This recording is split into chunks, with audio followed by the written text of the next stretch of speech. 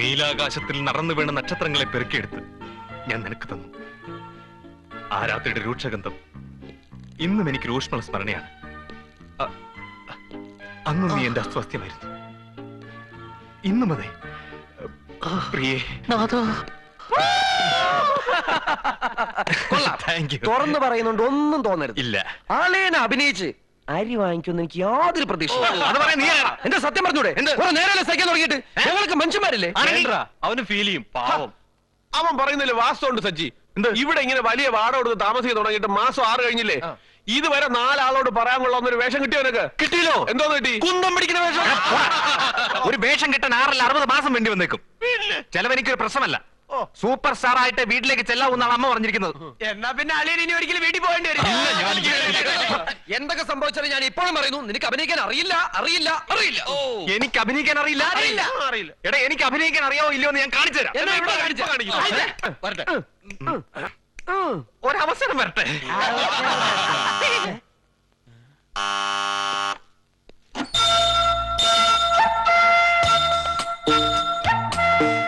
വിശ്വനാഥ് സാറിന്റെ വീടല്ലേ ഇത്?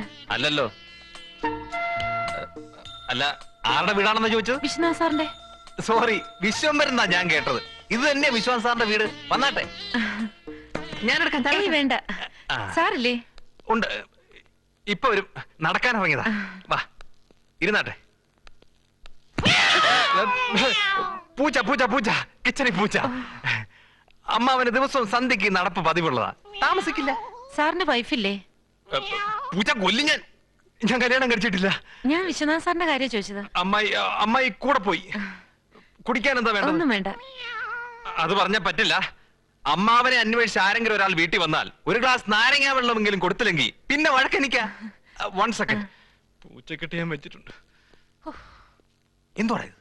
തമാശ കളിക്കല്ലേ? അത് പിന്നെ ഞങ്ങൾ ഇവിടെ ഉണ്ടെന്ന് അറിയാൻ ഒരു സിഗ്നൽ തന്നല്ലേ? ഇല്ലെങ്കിൽ നീ കാട് കയറി ഹിമാലയത്തിൽ അങ്ങനെ പോയാലോ? നിങ്ങളല്ലേ പറഞ്ഞ് എനിക്ക് അഭിനയിക്കാൻ അറിയില്ലെന്ന്. എടാ, ഇംപ്രൂവൈസ്ഡ് ആക്ടിങ് എന്താണെന്ന് ഇപ്പൊ മനസ്സിലായില്ലേ? ഇനിയും കാണാനിരിക്കുന്നേ ഉള്ളൂ. 6 മാസം മുമ്പ് വീടൊഴിഞ്ഞു പോയ വിശ്വനാഥനും കുടുംബവും ഇതാ ഇവിടെ പുനരവതരിക്കുന്നു. പിന്നെ നിങ്ങളായിട്ട് കുളവാക്കരുത്. ഞങ്ങൾ ആക്കേണ്ട കാര്യമില്ല, താനേ കുളമായി.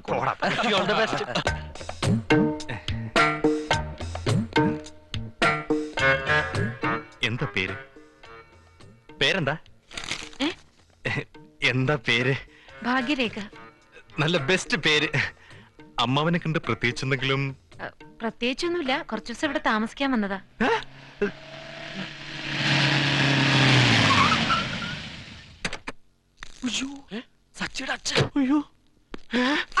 അയ്യോ, ചതിച്ചു.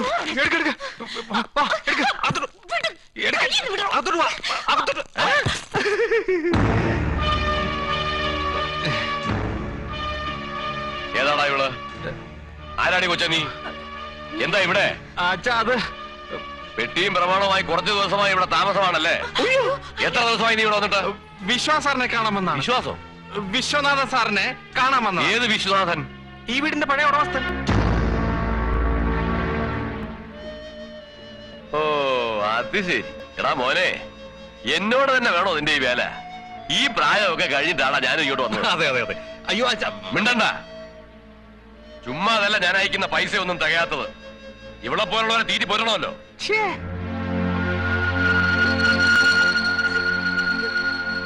ഇനി നിന്റെ കണ്ണീര് കാണാത്ത കുഴപ്പമുള്ളൂ ഇവിടെ. എടി കൊച്ചേ, ഇവനെ ചോദിക്കാനും പറയാനും ആളുണ്ട്. മേലാൽ ഈ പടി ചവിട്ടി പോരുത്. ഇറങ്ങിപ്പോടി. ഇറങ്ങി പോവാൻ. എടാ നിക്കാൻ.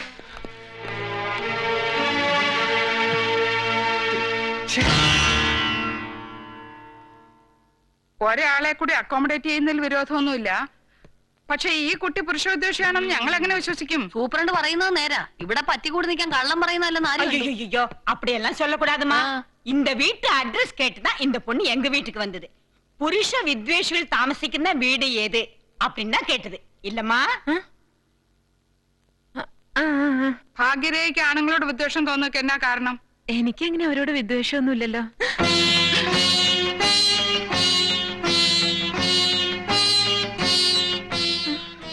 കുറച്ചു മുമ്പേ കുട്ടിയല്ലേ വിദ്വേഷം ഉണ്ടെന്ന് പറഞ്ഞത്?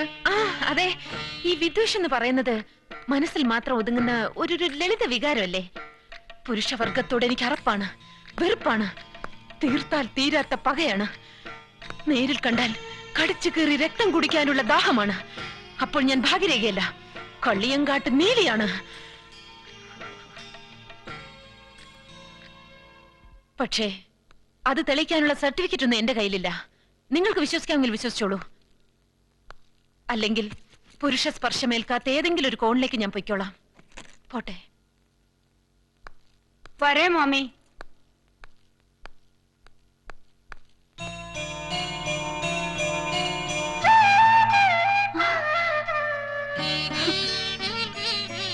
സുജാതെ, നീ എന്താ ഇവിടെ? നീ ഇവിടെയാണോ താമസിക്കുന്നേ? പിന്നല്ലാതെ. നിങ്ങൾ തമ്മിൽ പരിചയമുണ്ടോ? ഞാനും സുജാതയും പ്രീ ഡിഗ്രി വരെ ഒരേ ക്ലാസ്സിലായിരുന്നു. സുജാതയോ? ഭാഗ്യരേഖന്നല്ലേ കുട്ടി പറഞ്ഞത്? അതെ അതെ, ഭാഗ്യരേഖ എന്നാണ് എന്റെ വീട്ടിൽ വിളിക്കുന്ന പേര്. എനിക്കതാ ഇഷ്ടം.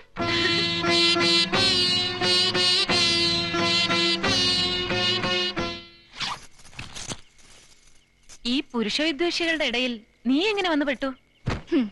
കളിയാക്കണ്ട, നീയും ഞങ്ങളുടെ ഗണത്തിൽ പെട്ടതാണെന്ന് ഞാൻ ഉറപ്പ് കൊടുത്തിട്ടാ ഒരാഴ്ചയെങ്കിലും തങ്ങിക്കൊള്ളാൻ ചിന്താമണി ചേച്ചി സമ്മതിച്ചു തന്നെ. സത്യം പറയാലോ, വിശ്വനാഥ് സാർ വീട് മാറിയെന്നറിഞ്ഞപ്പോ എനിക്ക് ആകെപ്പാടെ ടെൻഷനായി.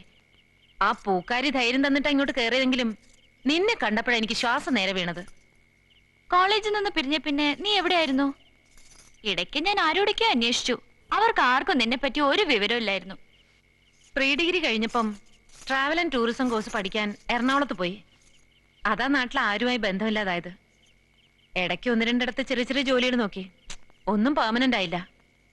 കഴിഞ്ഞ വർഷം അച്ഛൻ മരിച്ചതോടുകൂടി സ്ഥിരമായിട്ടൊരു ജോലി ഇല്ലാതെ പിടിച്ചു നിൽക്കാൻ വയ്യെന്നായി. അച്ഛൻ മരിച്ചതിൽ പിന്നെ നീ ആരുടെ കൂടെയായിരുന്നു താമസം? കൊച്ചച്ഛൻ്റെ കൂടെ. 3 നേരം ആഹാരത്തിന് മുട്ടില്ലെങ്കിലും ഞാനൊരു കുരിശായി തീരുമെന്ന് കുഞ്ഞമ്മയ്ക്ക് സംശയം. അത് കൊച്ചച്ഛന് നേരെയുള്ള കുത്തുവാക്കുകളായി തുടങ്ങിയപ്പോ ഞാൻ അവിടെ വിടാൻ തീരുമാനിച്ചു. വിശ്വനാഥ് സാറുമായിട്ട് എന്റെ അച്ഛന് വലിയ അടുപ്പമായിരുന്നു. സാറിന് എന്നെ സഹായിക്കാൻ കഴിയുമെന്ന് ഉറപ്പുള്ളതുകൊണ്ടാ ഇങ്ങോട്ട് വണ്ടി കയറിയത്. സാറിപ്പോ എവിടെയാണെന്ന് അറിയാൻ വയ്യാത്ത സ്ഥിതിക്ക് നീ അതിനെക്കുറിച്ച് ഓർത്ത് വിഷമിക്കൊന്നും വേണ്ട.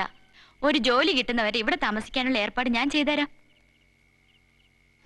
വിദ്യാസമ്പന്നയും തൊഴിൽരഹിതയും സർവോപരി സുന്ദരിയുമായ ഒരു യുവതിക്ക് ജോലി തരപ്പെടുത്തി കൊടുക്കാൻ കഴിഞ്ഞില്ലെങ്കിൽ പിന്നെ നമ്മൾ സ്ത്രീ വിമോചനം എന്നൊക്കെ പറഞ്ഞു കിടന്നിട്ട് എന്താ കാര്യം? എന്ന് പറഞ്ഞ എവിടെങ്കിലും ഒഴിവുണ്ടെങ്കിൽ തന്നെ അവിടെല്ലാം നിയമനം നടത്തുന്ന പുരുഷ മേധാവികളല്ലേ? അല്ല, വനിതാ വേദിയിലെ മെമ്പേഴ്സ് ആരെങ്കിലും വിചാരിച്ച ഭാഗ്യത്തിന് ബ്യൂട്ടി പാർലറിലെ പണി വല്ലതും ഓ അറിയാം? അറിയാം, കൊച്ചച്ഛന്റെ മോള് ബ്യൂട്ടീഷ്യൻ കോഴ്സ് പാസ്സായതാ. അവള് ചെയ്യുന്നത് ഞാൻ കണ്ടുപഠിച്ചിട്ടുണ്ട്.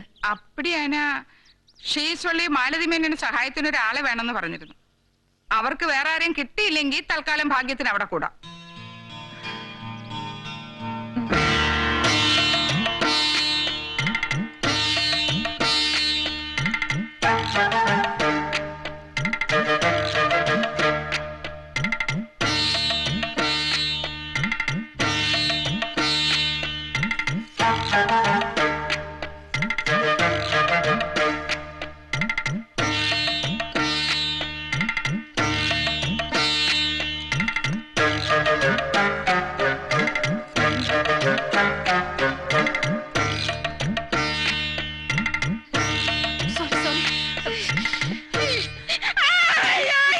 എന്താ എന്ത് പറ്റി?